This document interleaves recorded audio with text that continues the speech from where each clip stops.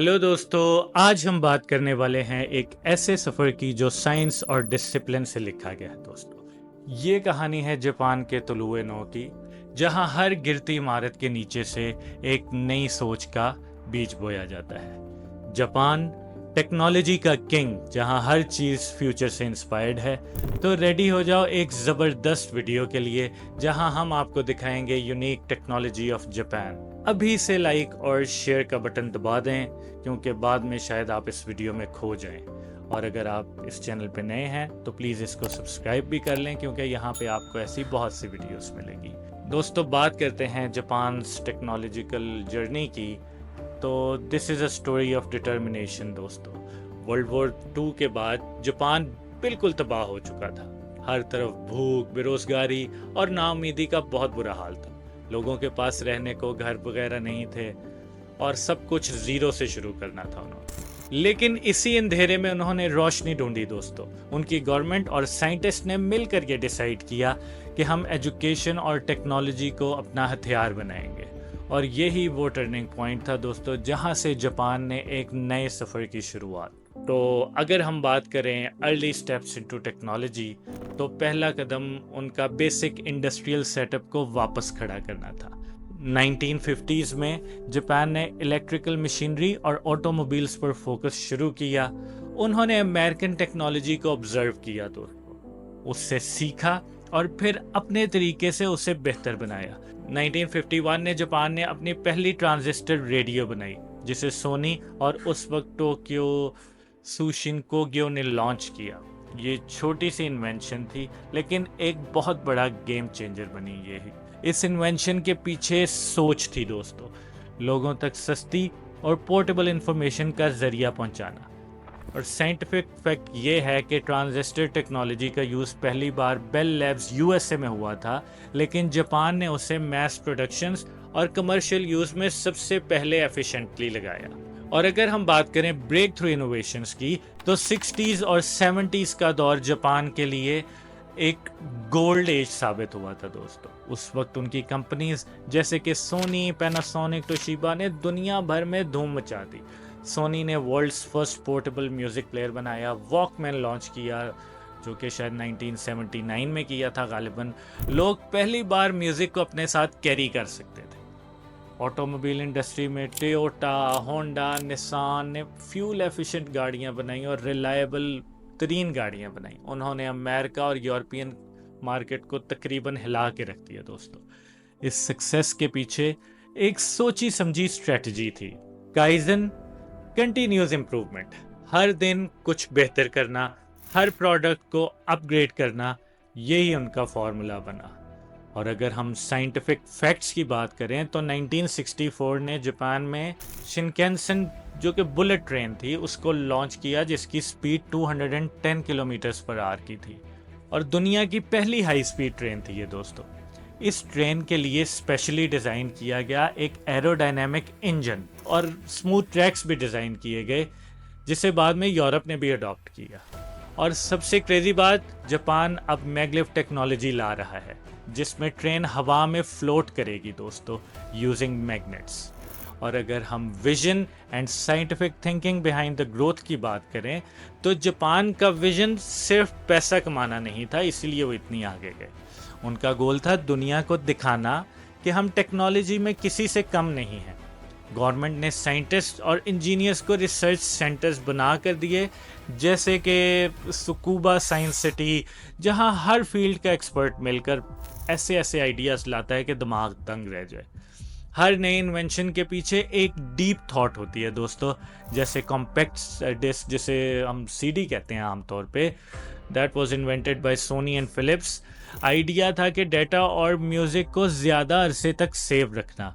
QR code 1994 में Denso wave Toyota की subsidiary है जो उसने बनाया था, ताकि इन्वेंट्री ट्रैकिंग को फास्ट और एरर फ्री बनाया जा सके। जापान के इंजीनियर्स का कहना था कि हर मसले का कोई ना कोई तकनीकी हल होता है, बस सही सोच और डायरेक्शन होनी चाहिए। और इसी तरह से वो तरक्की करते गए। और अगर ग्लोबल इम्पैक्ट एंड लीडरशिप की बात की जाए, तो आज भी अगर आप किसी भी प्रोडक्ट पे मेड इन जापान लिखा हुआ देखते हैं, तो क्वालिटी गारंटेड होती है। जापान ने दुनिया को सिखाया कि प्रिसीजन, क्वालिटी कंट्रोल और यूज़र फ्रेंडली डिज़ाइन क्या होता है दोस्तों। उनकी रोबोटिक इंडस्ट्री मतलब धूम मचा के रखी है। होंडा की ये सीमो रोबोट जो चल सकता है, स्टेयर चढ़ सकता है और दुनिया भर के रोबोटिक डेवलपर्स के लिए एक मिसाल बन गया है। आज भी जापान एआई, रोबोटिक्स और बायोटेक्नोलॉजी और इलेक्ट्रॉनिक्स में टॉप 5 नेशंस में आता है। वो हर टेक्नोलॉजी को ह्यूमन नीड्स के अराउंड डिज़ाइन करते हैं, चाहे वो एल्डर केयर रोबोट्स हो या अर्थक्वेक अलर्ट सिस्टम्स हो, क्योंकि वहाँ ज़लज़ले बहुत आते हैं। आपको पता ही होगा जापान रोबोटिक्स में दुनिया का लीडर है। पेपर नाम की रोबोट इमोशंस समझ सकती है, वो आपसे बातें कर सकती है। रीसेंट रिपोर्ट के मुताबिक जापान में 2.5 लाख प्लस इंडस्ट्रियल रोबोट्स काम कर रहे हैं। ये एक बहुत बड़ी पॉपुलेशन का हिस्सा भी हो सकते हैं किसी छोटे मुल्क के लिए, और ये दुनिया का हाईएस्ट नंबर है। और हॉस्पिटल्स में ये रोबोट्स इतने प्रिसाइज हैं कि पेशेंट का रूटीन बेटर हैंडल करते हैं एक आम नर्स से। अब स्कूल की बात करें तो स्कूल में बच्चों को रोबोट्स प्रोग्रामिंग सिखाते हैं। जापान फ्यूचर को सिर्फ प्लान नहीं कर रहा, जी भी रहा है दोस्तों। और सीनियर्स के लिए कंपेनियनशिप रोबोट्स हैं जो वो इस हद तक एफिशिएंट हैं कि वो उनका मूड बूस्ट कर सकते हैं। उनको पता होता है कि चाचा जी इस वक्त गुस्से में हैं या अच्छे मूड में, उस हिसाब से वो उनको डील करता है।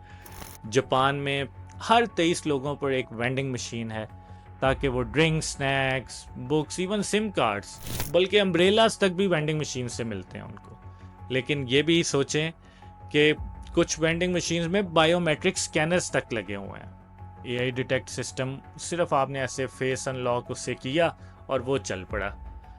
अब आप सोचें कि पाकिस्तान में दूर दूर तक ऐसा कुछ है, मैंने तो नहीं देखा। स्पेस सेविंग जीनियस का दूसरा नाम है कैप्सूल होटल। छोटी सी जगह में सब कुछ, लाइट्स, यूएसबी पोर्ट्स, वाईफाई और एसी तक। दोस्तों ये वो होटल्स हैं जो बिजी ट्रैवलर्स के लिए बेस्ट हैं और फ्यूचरिस्टिक्स वाइब्स देते हैं, जैसे आप किसी स्पेसशिप में सोए हैं, इस तरह की फील आती है उसमें।